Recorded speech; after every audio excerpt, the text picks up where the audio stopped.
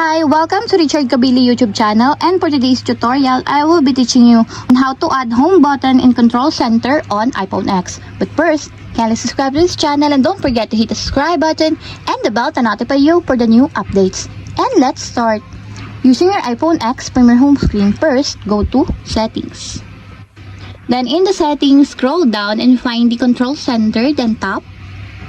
Then after that, in the control center, scroll down again and go to more control section and find the home. And as you will see, there's a positive sign located on the side of it. Then all you have to do is just stop until it appears in your included controls. And if you want to check it in your control center, just drag down the right side of your screen, and as you will see that the home button is already in your control center.